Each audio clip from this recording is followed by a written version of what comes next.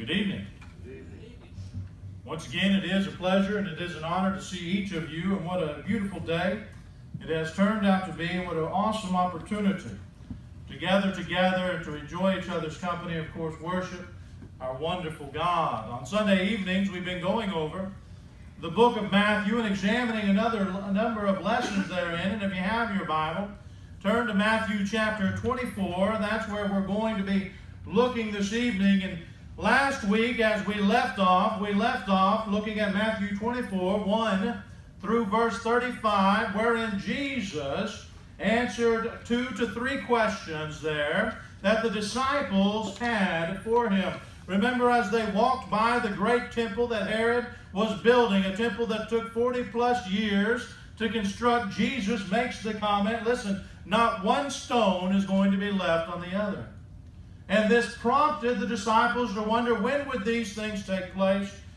And what would happen to that? What should they look for? What should they be aware of in such?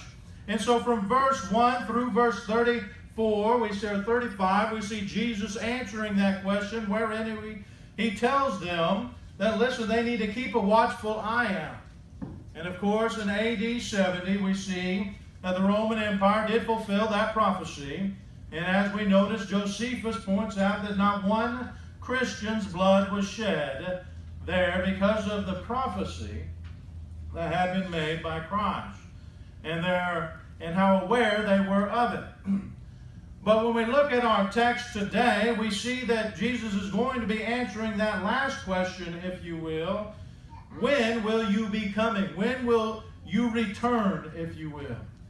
When is it that you're going, in their minds anyway, when are you going to set up your earthly kingdom? Now, we understand and we know that that kingdom was established when Christ was resurrected. When the old law was nailed to the cross and the new law was brought in, Romans chapter 7, 1 through 5. But Jesus, in establishing this and establishing that, he says, listen, the question about whether or not and the timing of when I come back is not going to be known to you. And so this evening we're going to look at the coming of the Son. In fact, this is 2 parts that Jesus is going to get into, isn't it? In this first 2 sections here, and a couple of parables he gives, he's going to be mentioning the fact that no one knows that day or hour. And then he's going to talk about preparing for that time when he will return. And then we will see there in the latter half of chapter 25 next week, as he talks about the actual judgment of when he comes, that which will take place after he comes here at that second coming. But I've always found it interesting when we think about the coming of the Son of God. When we think about the coming of Christ there in that second time, wherein he will return, as the angel said in Acts chapter 1, in the same way he left, by the clouds, as also seen in 1 Thessalonians chapter 4, 13 and following. But there's been so many people over the years that have seemingly ignored Scripture, haven't they? People over the years have spent time after time after time predicting when the unknown would take place. I did a little research, and I thought I would just kind of look at some of the crazy things that people have come up with and what they have done in such. One of the craziest ones that I found in relation to the idea of Christ returning at a certain time was done in 1806. In 1806, a farmer came back to his house to find a piece of paper or a piece of writing there, wherein the phrase, Christ is coming back, was found, and there was an egg laid on it. And he thought nothing of it, picked the egg up, put it up. The next day, that same piece of paper, there was another egg there with a chicken sitting by the side. And this continued for a number of days, and the word spread about it, and it became known and considered a miracle, and people started preparing as if Jesus was coming back soon, because this egg was laid on a piece of paper wherein it was said Christ is coming. Now it came to be found out that someone was playing a hoax on everybody, as we know the case to be. But nevertheless, people follow after these kind of ideologies, don't they? They follow after these kinds of thoughts or these kind of ideas, if you will. In 1843 in New England, a farmer named William Miller went everywhere preaching that the world would end between March 21st, 1843 and March 21st, 1844. In fact, thousands upon thousands of people followed him and was walking with him, if you will, into this doctrine that he was teaching. Obviously, the date came and went, nothing happened, and the group disbanded. However, many of them, in fact, a great deal of them, helped to form later the Seventh-day Adventists. In 1891, Joseph Smith, the founder, of course, of the Mormon denomination, called a meeting of their leaders in February of 1835, and he told them that God spoke to him directly and said within the next 56 years the world would end. Of course, that would be 1891 when that would end. Did not happen.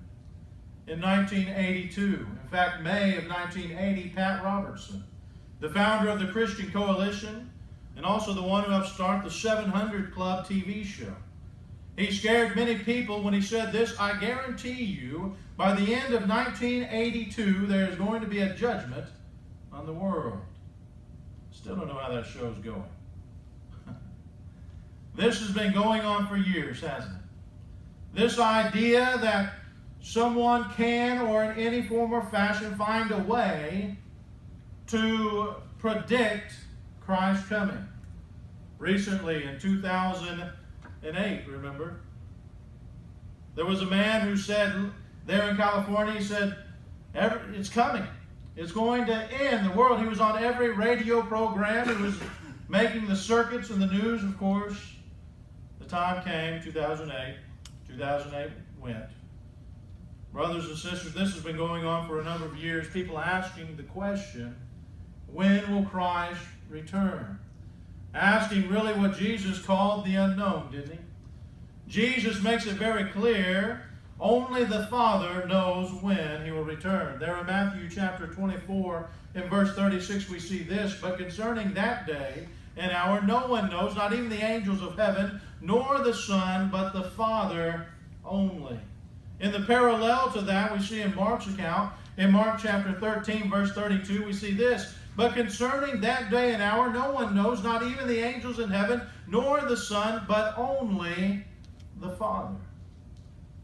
It's interesting when you combine the two. Jesus says not the angels, not the Son, not anyone, but the Father only. Now the disciples, as we mentioned before, they're still confused by this, aren't they? In fact, they're confused even up until and after the resurrection. There in Acts chapter 1 and verse 6, they asked Christ, listen, are you about to restore the kingdom of Israel back to what it ought to be? Notice his response there in verse 7. He said to them, it is not for you to know times or seasons, but the Father has fixed, that the Father has fixed by his own authority. You see, Jesus has pointed out the obvious over and over. It is the Father only, or the Father alone, who knows the timing of the second coming. It's unknown by the Son. It's unknown by the apostles. It's unknown by the angels or even the Holy Spirit. It's unknown by all except the Father. Brothers and sisters, it's also, as we see in our text with the parable of the 10 virgins, it's also something that is to be unexpected.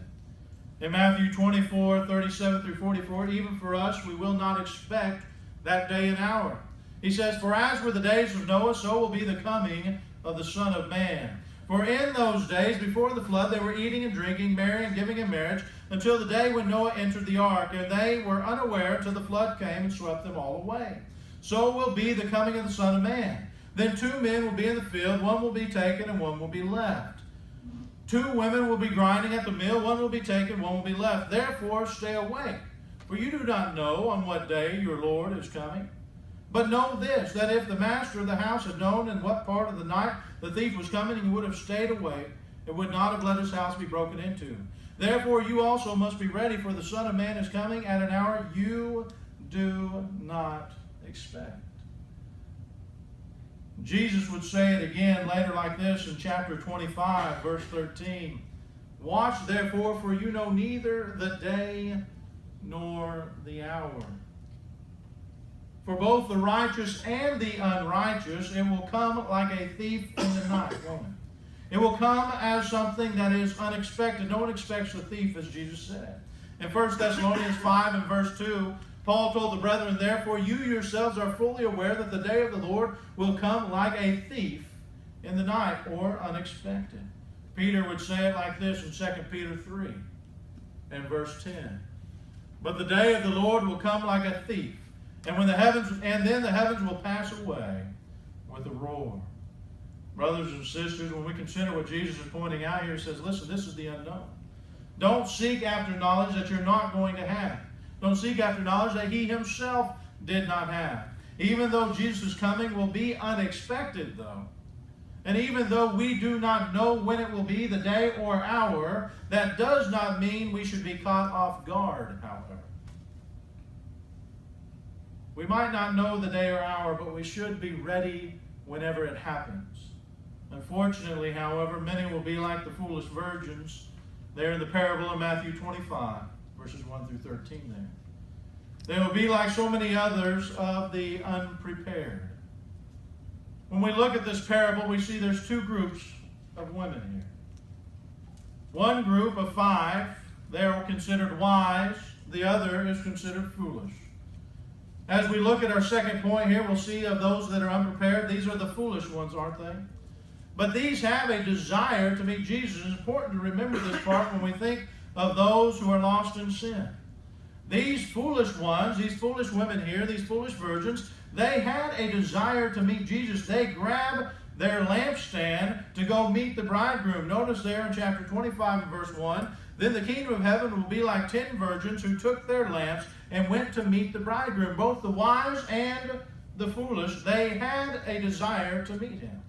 Lots of people today have a desire to meet Jesus here on earth.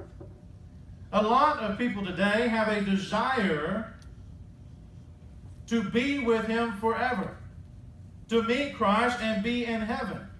That's why we see so many sermons, especially in the denominational world, no matter what their lifestyle was like, no matter what type of person they were, they seem to have always get preached into heaven somehow.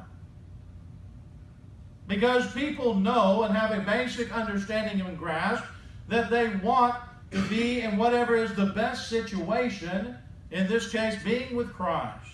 People want to meet him. When we look at the virgins here, the 5 foolish ones, they took their lamps to see the bridegroom.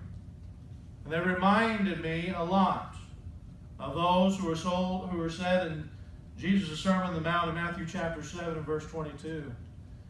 When I think of that, remember that powerful passage there where Jesus says, on that day many will say to me, Lord, Lord, did we not prophesy in your name? Cast out demons in your name and do many mighty works in your name? Of course, the previous verse, not everyone who says, Lord, Lord, will enter the kingdom of heaven, but he who does the will of my Father who is in heaven. When we look at this and we examine this, these people wanted to meet Jesus just like the foolish virgins wanted to meet the bridegroom. There are going to be a lot of people outside the church and inside the church that want to meet Jesus. However, they're not willing to do what it takes to be with him forever. In fact, more people than not are not willing to prepare to meet him. These people wouldn't have done the many mighty works that they were trying to do and justify their lives if they didn't want to meet Jesus. But even with the many mighty works that they were doing, they didn't want to really meet Jesus in the way he said to meet them. Like in our parable, notice the foolish virgins, they took their lamps, but they took no oil with them. They didn't prepare properly in this life for the next. They didn't prepare properly for the moment when the bridegroom would actually come. There are so many people today that want to meet Jesus but are not willing to prepare in any form or fashion as they should.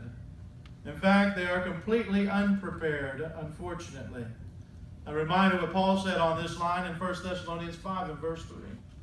While people are saying there is peace and security, the sudden destruction will come upon them. As labor pains come upon a pregnant woman, they will not escape. Brothers and sisters, preparation is vital to a proper walk with God, isn't it? It's vital for us to prepare for eternity now. If we are not truly prepared and maturing as we should, then we will fail and be unskilled. We will be at best in the milk like those in Hebrews chapter 5 and verse 12. We have to guard ourselves against such. We have to guard ourselves and make sure we are, like the wise virgins as we'll see, preparing. We cannot be caught off guard. Which brings me to our third point. As Jesus tells this parable about preparation, he says, listen, there were 5 who were foolish. They weren't prepared for what it meant to get ready for the bridegroom. But there were 5 who were prepared. Just like the others, they wanted to meet the bridegroom as well. They were part of the 10 here who took their lamps and went to meet him. They both wanted to meet the bridegroom in this illustration. And they both took their lamps. However, the wise prepared properly and the foolish didn't, did they? It says there in verse 4 of Matthew 25, but the wise took flasks of oil with their lamps.